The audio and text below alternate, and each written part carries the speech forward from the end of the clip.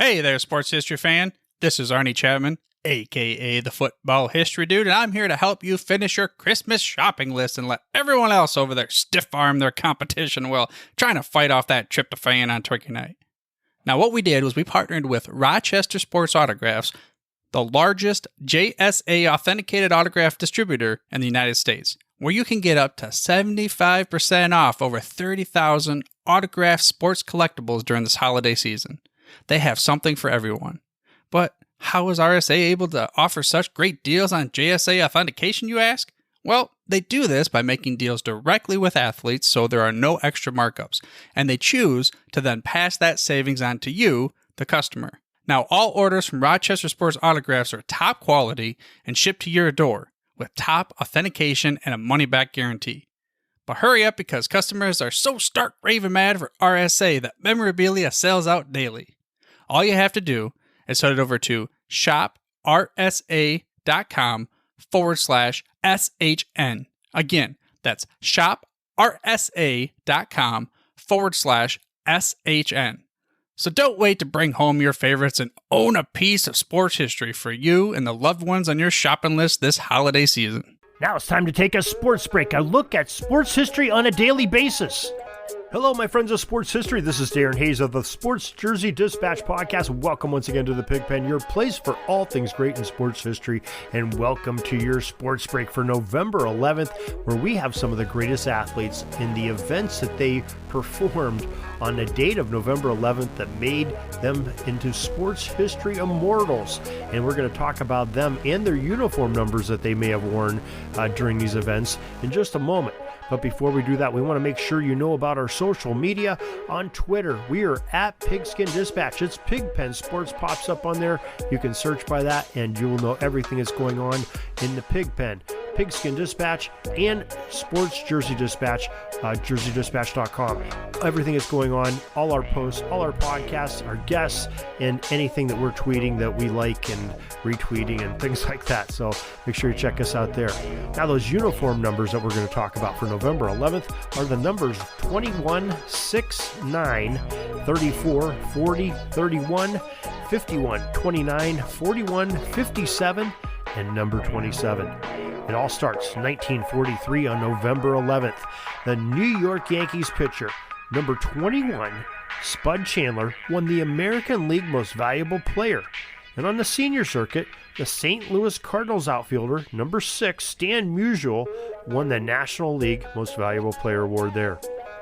Now on the 11th of November 1980, the New York Islanders future Hockey Hall of Fame right winger number 9, Mike Bossy, scored 4 goals in a 6-6 tie against the visiting Minnesota North Stars.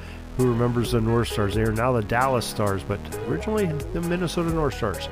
November 11th, 1981, Los Angeles Dodgers starter Fernando Valenzuela, wearing number 34, became the first Major League Baseball rookie to win a Cy Young Award.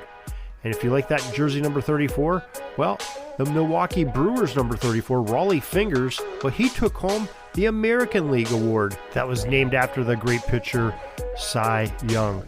So November 11th, 1987, the Boston Red Sox starter number 21, Roger Clemens. Well, he won back-to-back American League Cy Young Awards himself. The Philadelphia Phillies starter number 40, Steve Bedrosian, was awarded the National League Award for Cy Young. November 11th, 1987, star soccer striker Mark Hughes, number 9, played for the Wales and Bayern Munich team in 2 countries on the same day. He appeared for Wales in a 2-0 European Championship loss to Czechoslovakia in Prague, and then he jets over to Munich for a 3-2 cup win over Borussia. Pretty eventful day for that soccer player.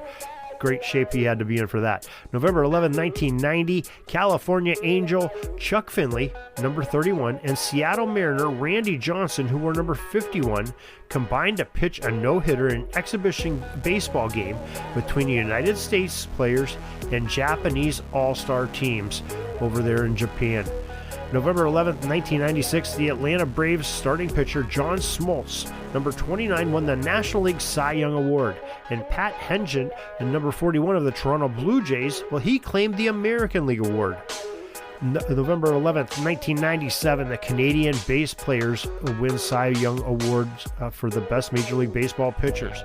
Both leagues, Canadian base. Toronto Blue Jays, Roger Clemens, number 21, won his fourth American League Award. We just talked about two ones earlier, also November 11th. And Pedro Martinez of the Montreal Expos, well, he took home the National League Award.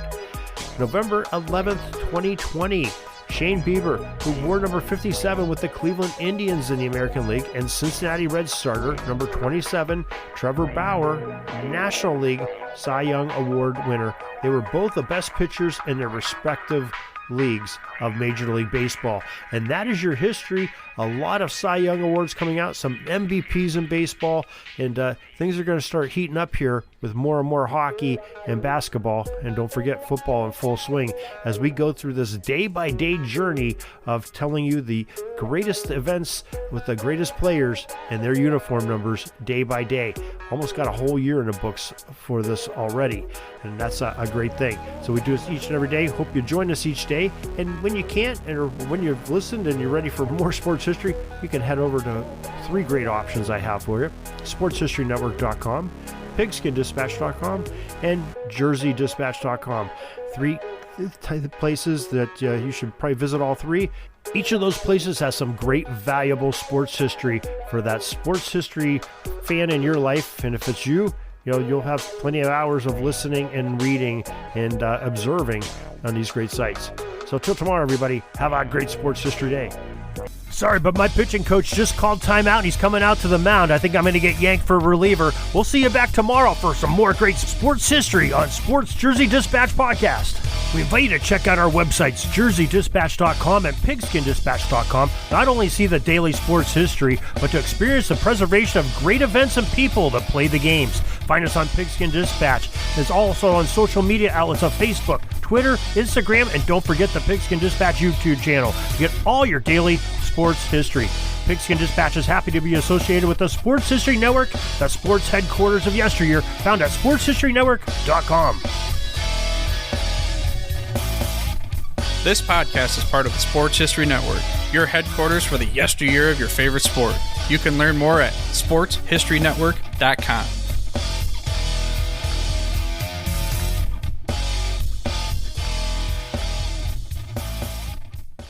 Hey there, sports history fan.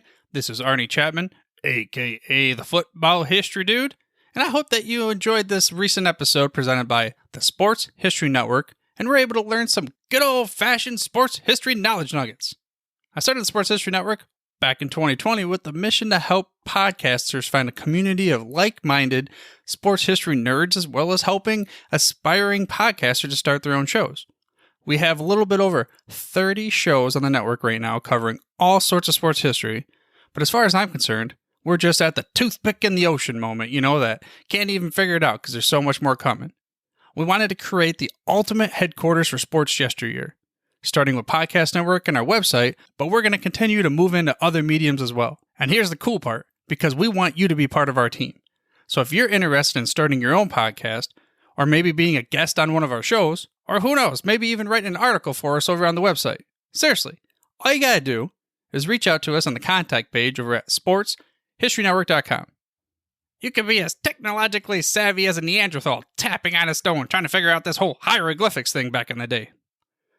Again, it doesn't matter, because even if you don't understand the whole podcast space, we have a production team that can pretty much help you out with doing everything. All you gotta do, head over to sportshistorynetwork.com, head to the contact page, fill it out. That message goes right to me, and I'll reach out to you as soon as I can. But for now, dude, I'm through if you're through.